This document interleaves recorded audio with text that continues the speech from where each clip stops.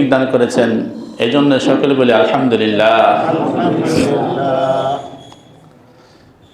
মানুষ যে কোনো কাজে সফল হওয়ার জন্য তার তিনটা জিনিস আবশ্যক। তিনটা জিনিসকে ঠিক করতে হবে। দুনিয়াবি কাজ হোক বা আখিরাতের কাজ হোক, সফলতার জন্য তিনটা জিনিস আবশ্যক। এক নম্বর হলো, সফল হতে হলে মানুষ তার টার্গেট ঠিক করতে হবে। সে কি করবে প্রথমে এটা নির্ধারণ করতে হবে। দুই নম্বর হলো, টার্গেট অনুপাতে চেষ্টা করতে হবে। তিন নম্বর হলো, পদ্ধতি ঠিক হতে হবে। কথার কথা ধরেন, আপনাদের এই পলাশ থেকে একজনের টার্গেট করলো যে সে ঢাকা যাবে, তার টার্গেট হলো ঢাকা যাওয়া। এখন ঢাকা যাওয়ার টার্গেট করে, ঢাকা যাওয়ার নিয়ত করে সে যে ঘরের মধ্যে বসে থাকে, আপনারা বলেন ঢাকা যেতে পারবে? ঢাকা যেতে হলে তাকে এরকমভাবে অফ দ্য গেট বা বাস স্ট্যান্ড যেতে হবে, গাড়িতে আরোহণ করতে হবে। কথা ঠিক কিনা? এখন টার্গেটও ঠিক করেছে এবং সে চেষ্টাও করেছে, অফ দ্য গেট পর্যন্ত বা বাস স্ট্যান্ড পর্যন্ত সে গিয়েছে, গাড়ি তো আরোহণ করেছে, কিন্তু সে গাড়িতে আরোহণ করেছে ঢাকার গাড়িতে আরোহণ না করে সে আরোহণ করেছে সিলেটের গাড়িতে বা ময়মনসিংহের গাড়িতে। আপনারা বলেন সে কি ঢাকা যেতে পারবে? তাহলে মানুষ যে কোনো কাজে সফল হতে হলে তিনটা জিনিস আবশ্যক। এক নম্বর, তার টার্গেট ঠিক করতে হবে। দুই নম্বর, টার্গেট অনুপাতে চেষ্টা করতে হবে। তিন নম্বর, তার পদ্ধতিটা সঠিক হতে হবে। হাকিমুল উম্মত মুজাদ্দিদুল মিল্লাত আল্লামা শাহ আশরাফ আলী থানভী রহমতুল্লাহ আলাই, ওনার কাছে এক যুবক আসছে, আশা বলতেছে, হযরত, আমি লোকের মুখে শুনেছি আপনি জগৎ বিখ্যাত আল্লাহওয়ালা, জমানার জগৎ বিখ্যাত আল্লাহওয়ালা, তো আল্লাহর কাছে আপনি দোয়া করেন আল্লাহ যেন আমাকে সন্তান দান করে। কি দোয়া চাইছে? সন্তান যেন আল্লাহ তাআলা দান করেন, এই দোয়া আল্লাহর কাছে আপনি করেন। থানভী রহমতুল্লাহ আলাই আল্লাহওয়ালা মানুষ, বুজুর্গ মানুষ, দোয়া করে দিয়েছেন যে আল্লাহ তাআলা যেন আপনাকে নেক সন্তান, সুস্থ সন্তান দান করেন। তো দোয়া করে দেওয়ার পর সে চলে আসছে। কয়েকদিন পর আবার গেছে থানভী রহমতুল্লাহের কাছে। বাপটা এরকম যে, হযরত, আপনি কি দোয়া করলেন? আমার তো পোলাপেন কোনো কিছু হইল না। যাই বলতেছে, হযরত, আমার জন্য আবার দোয়া করেন, আল্লাহ যেন আমাকে সন্তান দান করেন। তো উনি ছিলেন হাকিমুল উম্মত। হাকিম মানে ডাক্তার, উম্মতের ডাক্তার ছিলেন উনি। উনি মানুষের রোগ ধরতে পারতেন। উনি রোগ ধরে ফেলছেন। বলতেছে, ভাই, তুমি যে আমাকে দিয়ে বারে বারে দোয়া করাইতেছ সন্তানের জন্য, ভাই তুমি কি বিবাহ করছো? তো যুবক বলতেছে, হযরত, আমি তো বিবাহ করি নাই। তা তুমি যদি বিবাহ না করে থাকো তাহলে তোমার সন্তান হবে কিভাবে? তুমি তো টার্গেট করেছো সন্তানের জন্য, কিন্তু তুমি বিবাহই করো নাই, সন্তান হবে? এই যুবক এমন আশ্চর্যজনক এক প্রশ্ন করেছে হাকিমুল উম্মতকে। এই যুবক বলল যে, হযরত, আল্লাহ তাআলা তো বিবাহ ছাড়াও সন্তান দিতে পারেন কিনা? দিচ্ছেন না ঈসা আলাইহিস সালামকে? পিতামাতা ছাড়া আল্লাহ সন্তান দিতে পারেন। আদম আলাইহিস সালামকে বানাইছেন। পিতা ছাড়া সন্তান দিতে পারেন, হযরত ঈসা আলাইহিস সালামকে বানাইছেন। এরকম কঠিন একটা প্রশ্ন করলেন যে, হযরত, আল্লাহ তাআলা তো বিবাহ ছাড়া সন্তান দিতে পারেন। এরকম উল্টাপাল্টা অনেক প্রশ্ন মানুষ করে, সাধারণ মানুষ অনেক সময় উলামায়ে কেরামকে করে। তো হাকিমুল উম্মত এই সমস্ত উল্টাপাল্টা প্রশ্নের এমন দাঁত ভাঙা জবাব দিতেন যে এই লোক জীবনে আর এরকম প্রশ্ন কাউকে করতো না। দেখি আপনারা প্রশ্নটা বুঝেন কিনা, উত্তরটা বুঝেন কিনা। আপনার চেহারা দেখলে বুঝতে পারবো আপনার উত্তরটা বুঝছেন কিনা। হাকিমুল উম্মত রহমতুল্লাহ আলাইকে যখন এই যুবক বলল যে আল্লাহ তাআলা তো বিবাহ ছাড়া সন্তান দিতে পারেন, তো আল্লাহ তাআলা আমাকে বিবাহ ছাড়াই সন্তান দেন। হাকিমুল উম্মত উত্তর দিলেন, হ্যাঁ, তুমি ঠিক বলেছ, আল্লাহ বিবাহ ছাড়া সন্তান দিতে পারেন। আল্লাহ তাআলা ইন্নাল্লাহা আলা কুল্লি শাইইন কাদির, আল্লাহ তাআলা সকল জিনিসের উপর সক্ষম, সবকিছু করতে পারেন। যদি আল্লাহ তাআলা তোমাকে বিবাহ ছাড়া সন্তান দেন তাহলে তোমার কষ্টটা বেশি হয়ে যাবে। বুঝলেন না এমন উত্তরটা? বুঝছেন মানে কি? যে আল্লাহ তাআলা যদি তোমাকে বিবাহ ছাড়া সন্তান দেন, তাহলে বিবাহ হলে তো সাধারণত সন্তান তোমার স্ত্রীর গর্ভের মধ্যে আসতো, এখন যেহেতু বিবাহ ছাড়া সন্তান হবে, তো কাছে সন্তান তোমার গরুর মধ্যে আসবে, কথা ঠিক কিনা? তো তোমার কষ্টটা বেশি হবে। তো এই লোক টার্গেট ঠিক করেছে যে তার সন্তান দরকার, কিন্তু সে বিবাহ করে নাই। ভাই আমরা আগের কথা ফিরে আসি। মানুষ সফলতার জন্য কয়টা জিনিস আবশ্যক? মনে আছে না আপনাদের? কয়টা জিনিস বলেন তো, কয়টা জিনিস? 1 নাম্বার টার্গেট ঠিক করা, 2 নাম্বার টার্গেট অনুপাতে চেষ্টা করা, 3 নাম্বার পদ্ধতি সঠিক হওয়া। উল্টাপাল্টা পদ্ধতিতে কাজ করলে কাজ হবে না। এই বিষয়টাকে আল্লাহ তাআলা সূরাত বানী ইসরাঈলের 19 নম্বর আয়াতে এভাবে বলেছেন, ওমান আরাদাল আখিরাহ ওয়া সাআ লাহা সা'য়াহা ওয়া হুয়া মুমিন ফাউলাইকা কানা সা'য়ুহুম মাশকুরা। আল্লাহ রাব্বুল আলামিন বলেন, যে ব্যক্তি আখিরাতকে টার্গেট বানাবে, ওয়া সাআ লাহা সা'য়াহা, এবং আখিরাতের জন্য চেষ্টা করবে, ওয়া হুয়া মুমিন, এবং সে মুমিন, তার পদ্ধতি ঠিক আছে, সে মুসলমান, আল্লাহ এবং তার রাসূলের সুন্নাহ অনুপাতে সে চেষ্টা করবে, ফাউলাইকা কানা সা'য়ুহুম মাশকুরা, তাহলে সে তার কামে সফল হবে, তার চেষ্টায় সে সফল হবে। এই জন্য আমাদের টার্গেট বানাতে হবে আখিরাত। কি টার্গেট বানাতে হবে? আমার সাথে আপনারা উত্তর দিবেন। টার্গেট বানাতে হবে কি?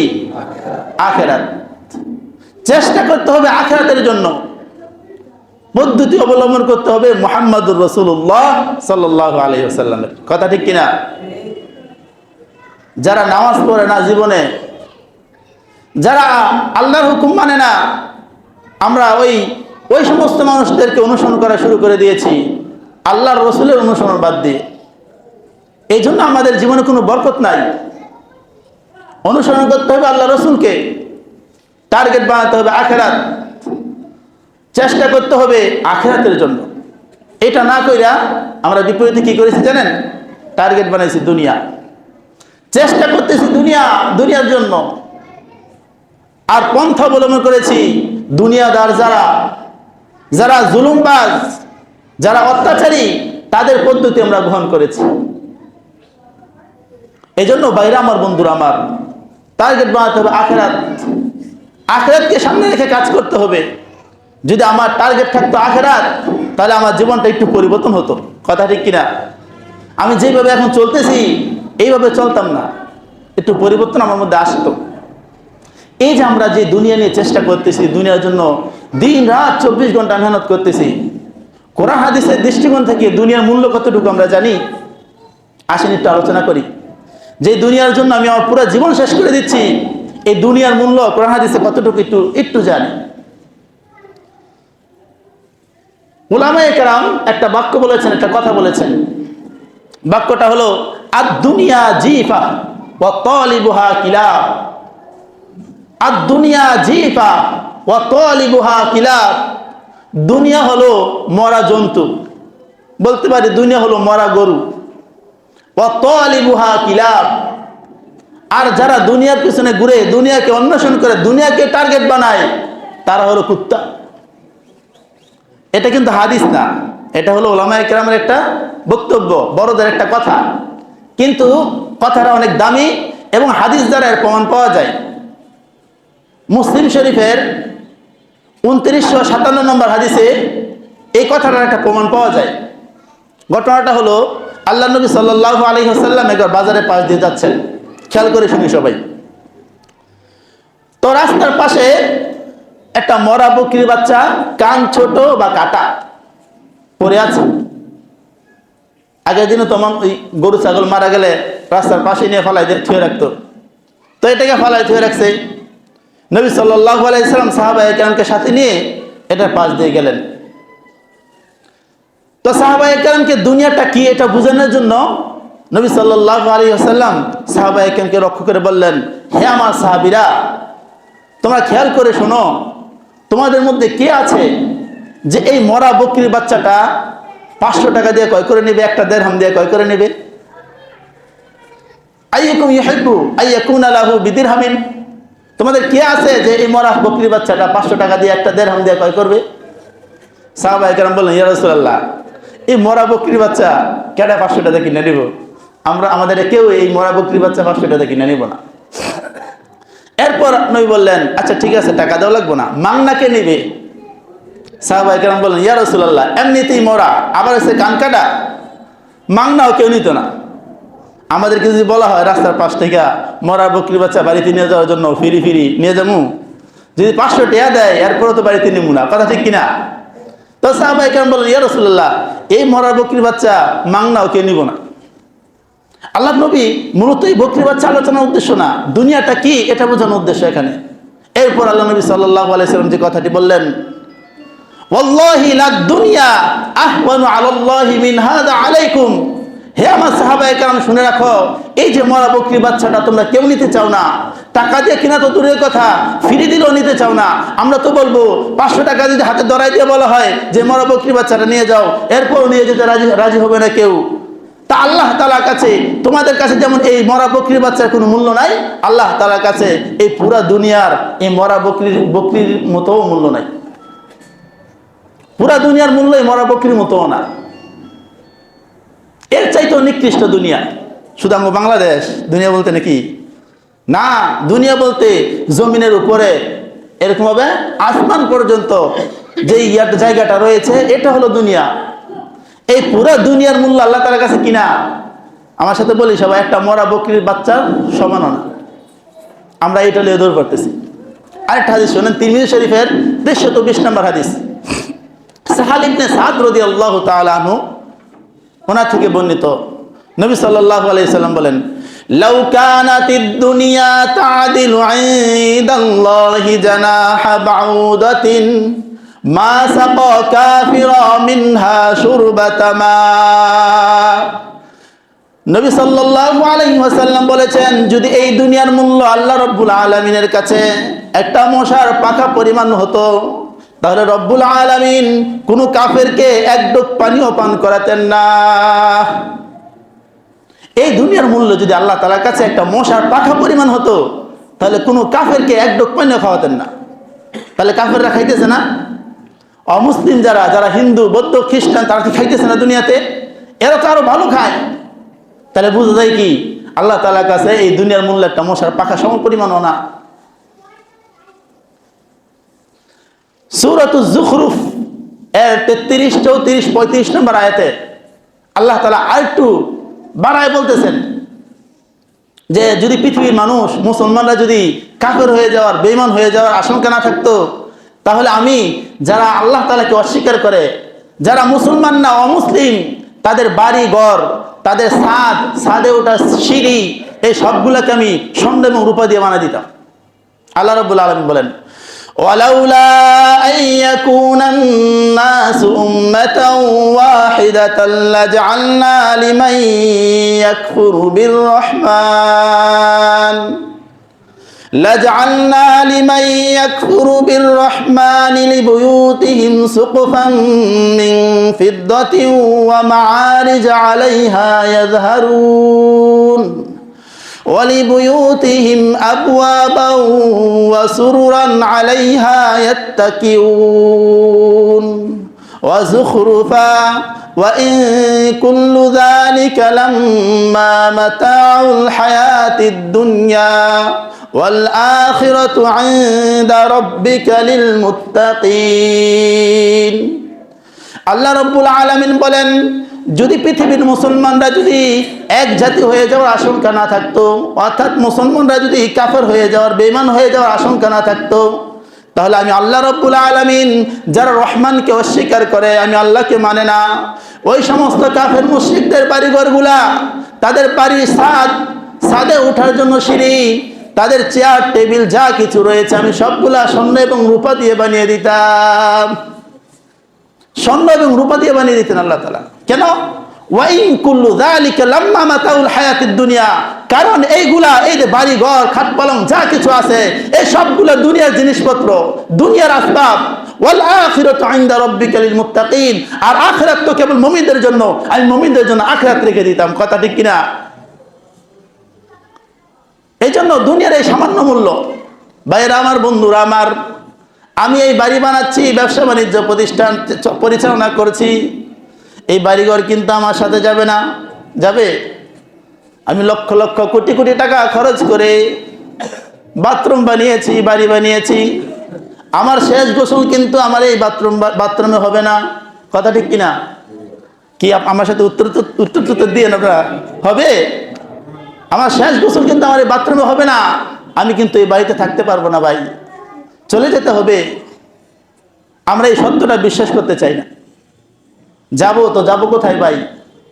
দুনিয়া থেকে তো যেতে হবে, তো যাবোটা কোথায়? একটু চিন্তা করছি? যারা ভদ্র, সুশীল, বুদ্ধিমান, এরা তো কোথাও ট্যুরে গেলে, সফরে গেলে যাওয়ার আগে চিন্তা ভাবনা করে ওই জায়গাটা কেমন হবে, ওইখানে নিরাপত্তা ব্যবস্থা কেমন, কোনো চোরমোর আছে কিনা, থাকবো কোথায়, খাবো কি, চিন্তা ভাবনা করে না ভাই? উত্তর দিন, করেনি? আপনারা যান না বিভিন্ন জায়গায় সফরে? যাওয়ার আগেই তো চিন্তা ভাবনা করেন কোন হোটেলে থাকবেন, কার বাড়িতে থাকবেন, কি খাবেন, কয়দিন থাকবেন, চিন্তা ভাবনা করেন না? ভাইয়েরা আমার, বন্ধুরা আমার, আমি যে আখিরাতের পথে রওনা হয়েছি, মৃত্যুকে সবাই বিশ্বাস করি না? মরতে হবে কিনা সবাই বলে? মরতে হবে? সবাই বিশ্বাস করেন? মরা থেকে বাঁচতে পারবে না কেউ ভাই, তো মরতে হবে সবাই বিশ্বাস করি। মরবো তো মইরা যাবোটা কোথায়? একটু চিন্তা করছি?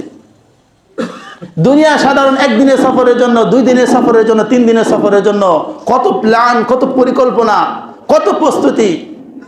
ভাই মরা সফরটা কয় দিনের বলেন তো? একটু নিজেকে জিজ্ঞাসা করেন, মরা সফরটা কয় দিনের? নিজেকে জিজ্ঞাসা করেন। 1 মাসের, 2 মাসের, 1 বছরের, 100 বছরের, 1000 বছরের? ভাইরা আমার, বন্ধুরা আমার, মরার সফর এটা এমন একটি সফর, এই সফর শুরু হবে আর কোনোদিন শেষ হবে না। শুরু হবে তো শেষ হবে না। এই জন্য এই সফরের জন্য কি প্রস্তুতি আছে? খাবোটা কি ওইখানে গিয়া? ওইখানে গিয়া কি খাবো বলেন? থাকবো কোথায়?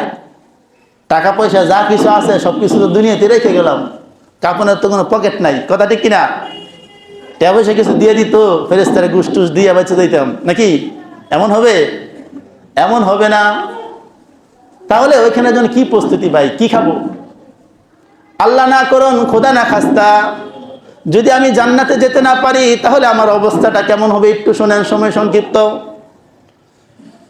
তিরমিজি শরীফের 2586 নম্বর হাদিস, আবু দারদা রাদিয়াল্লাহু তাআলা আনহু থেকে বর্ণিত। হাদিসটা শেষ করে আমি আলোচনা ছেড়ে দেব।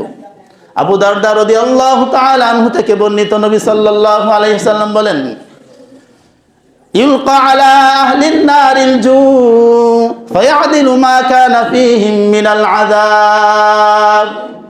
আল্লাহ রাব্বুল আলামিন জাহান্নামীদের মধ্যে ক্ষুধা দিয়ে দিবেন। কয় দিনের ক্ষুধা?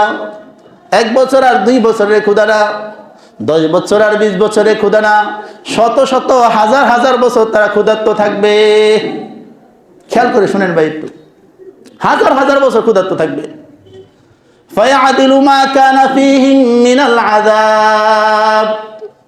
এই ক্ষুধার যন্ত্রণাটা, এই ক্ষুধার কষ্টটা তাদের জন্য, তারা যে আগুনের শাস্তি ভোগ করছে, তারা যে সাপ বিচ্ছুর দংশন ভোগ করছে, এই সকল শাস্তির সমান হয়ে যাবে শুধু ক্ষুধার শাস্তিটা।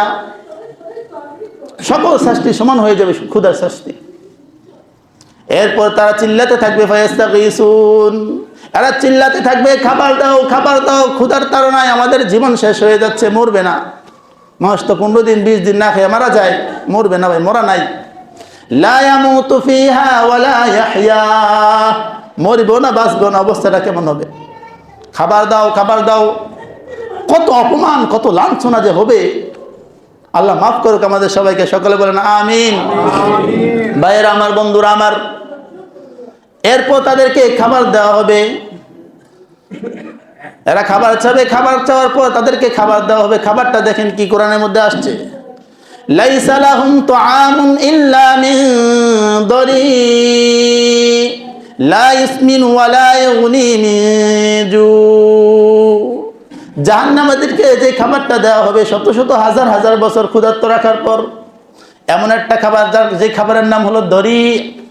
দরি নামক খাবার তাদেরকে দেওয়া হবে। দরি নামক খাবারটা কি? আল্লাহ তাআলা বলে দিয়েছেন, লা ইসমিন ওয়ালা ইউনি মিন জু। দরি নামক এই খাবার খেয়ে তার ক্ষুধাও দূর হবে না, সে পুষ্টিও পাবে না। দই নামক খাবারটা হলো এমন খাবার, মানুষ খাবার খায় কিসের জন্য বলেন? পুষ্টি পাওয়ার জন্য, ক্ষুধা নিবারণ হওয়ার জন্য। কিন্তু দড়ি নামক খাবারটা এমন একটি খাবার, যে খাবার খেলে ক্ষুধাও দূর হবে না, সে পুষ্টিও পাবে না, মানে এটা খাবারই না। কথা ঠিক কিনা? যে খাবারের ক্ষুধাই দূর হয় না, পুষ্টি পাওয়া যায় না, কোনো খাবার হইল? এরপর তারা আবার চিল্লাতে থাকবে, খাবার দাও, খাবার দাও। অনেক দিন চিল্লানোর পর তাদেরকে আবার খাবার দেওয়া হবে। তাআমুন যু গুসসাহ, এমন একটা খাবার যে খাবারটা গলায় আটকে যায়, কাঁটাওয়ালা খাবার গলায় আটকে যায়। তাআমান যা গুসসাতিন ওয়া আযাবান আলীমা, তাদেরকে এমন একটি খাবার দেওয়া হবে যে খাবার খেলে গলায় আটকে যায়। এমনিতেই তো তারা ক্ষুধার্ত, শত শত হাজার হাজার বছরের ক্ষুধার্ত। যে খাবার দেওয়া হয়েছে, খাবারটা খাওয়ার সাথে সাথে তাদের গলায় গিয়ে আটকে যাবে। কি কষ্ট!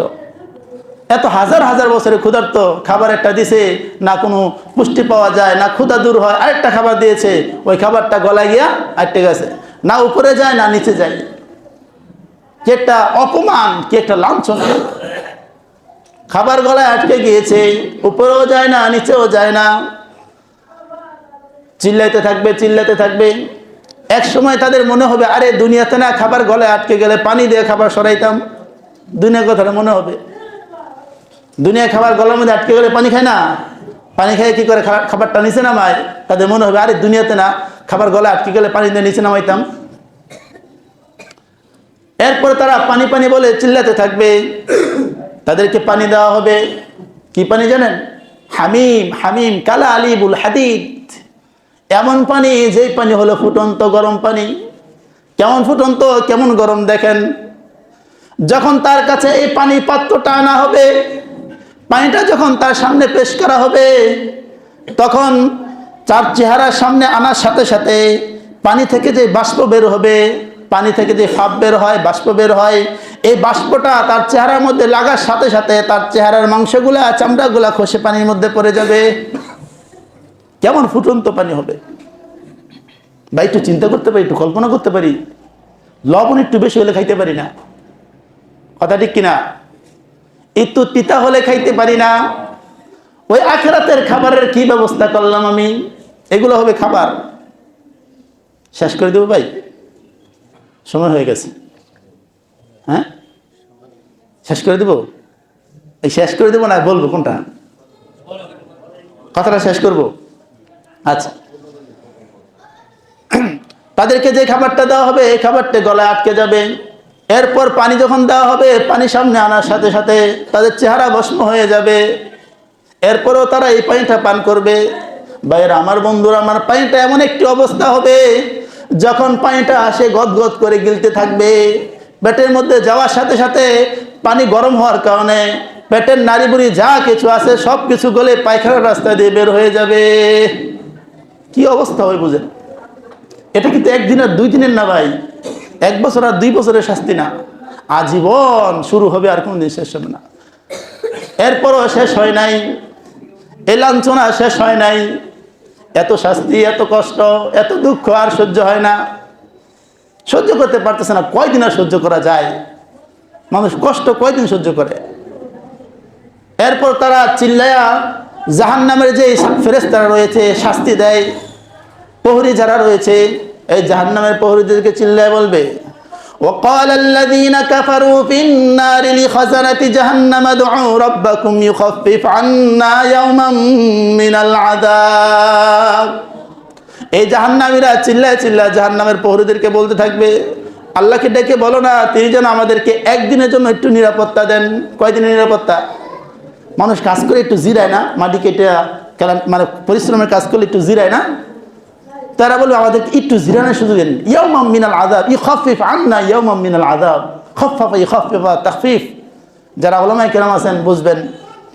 এর অর্থ হলো কমিয়ে দেওয়া, একটু কমায় দেওয়া, একটু সুযোগ দেওয়া।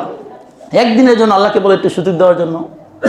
ফেরেশতারা বলবে আলাম তাকু তা'তিকুম রুসুলুকুম বিল বাইয়িনাত, তোমাদের কাছে কি আল্লাহর নবীরা আসে নাই?